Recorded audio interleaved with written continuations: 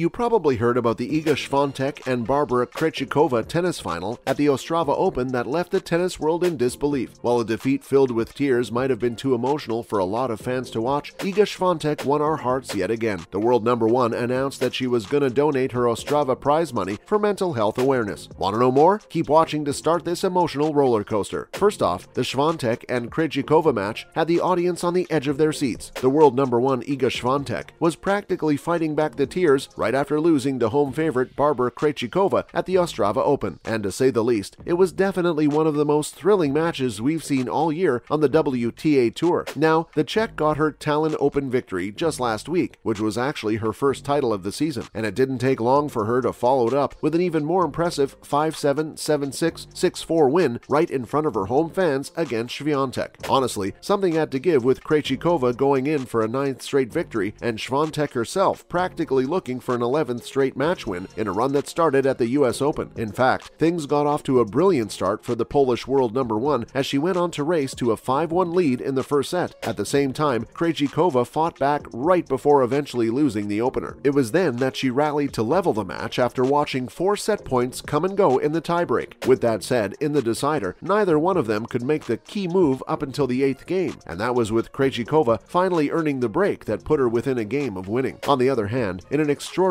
last stand, Swiatek survived 5 championship points right before her resistance was eventually broken, only to deny her an 8 tournament win this year. Following up, fans had quite the reaction to the Swiatek and Krejcikova final. Right after the match, Swiatek was seen in tears as she struggled to give her runners-up speech. In fact, she even went on to admit she got too emotional after a long tournament. Plus, she praised her opponent for the back-to-back tournament victories, showing great spirit. And it wasn't long until fans came in to give their opinions about the remarkable match in Ostrava, and of course, the sportsmanship on display between the two tennis stars. As a matter of fact, many even praised Krejcikova for the compassion she showed Swiatek right in the middle of a pretty tough moment in the post-match interviews. It's never easy now, is it? Having said that, this was actually Krejcikova's first win against her opponent right after she lost the previous 2 meetings, as the 7th seed confirmed a compelling victory. At the same time, Swiatek was the center of attention with plenty of cheers from the crowd. And why wouldn't she be? Other than her impressive talent, she has just announced her prize money was to go to a charity for Mental Health Awareness Week. On the other hand, Krejcikova has a short turnaround and is gonna be taking part in the Winners Open Tuesday. As for Swiatek, you can probably expect to see her take part in the San Diego Open starting on Thursday. Up next, Ons Jabeur had a hilarious take on Swiatek's comments after the final. Now, the two definitely shared a hearty exchange at the net, following a sensational match that lasted over 3 hours. In fact, one Twitter user even posted a picture of the same and asked people to guess what the world #1 might have told the Czech, and enter Ons Jabeur, who came in with a response pretty quick, saying that she probably asked where she could find the best tiramisu in Ostrava. That's a pretty hilarious take on Iga's fondness for tiramisu. In fact, she was even gifted by the USTA right after winning the US Open, where she beat Ons Jabeur in the final. Moving on, after the thrilling encounter in Ostrava, Iga and Barbora had a bunch of kind words for each other on social media. The poll congratulated the Czech on her victory in a tweet that read, "Too emotional and too tired right now to express how challenging and unique today has been. I am so grateful, and I just want to say congrats to Barbora Krejcikova. What a battle, what a performance. So great that you are back. More soon." In response, Barbora also paid her respects to the opponent, saying she was already the most dominant WTA player of this season with a seemingly endless list of praises. It seemed like, despite the results, the two enjoyed the match as much as the audience. Not to mention, Iga's commitment to mental health awareness has won hearts. That shouldn't be too surprising, right? Her advocacy is pretty well documented, to say the least. In fact, the Polish star's commitment to the cause took yet another step in the aftermath of her defeat in the final. In her on-court interview, she announced that she'd be donating her prize money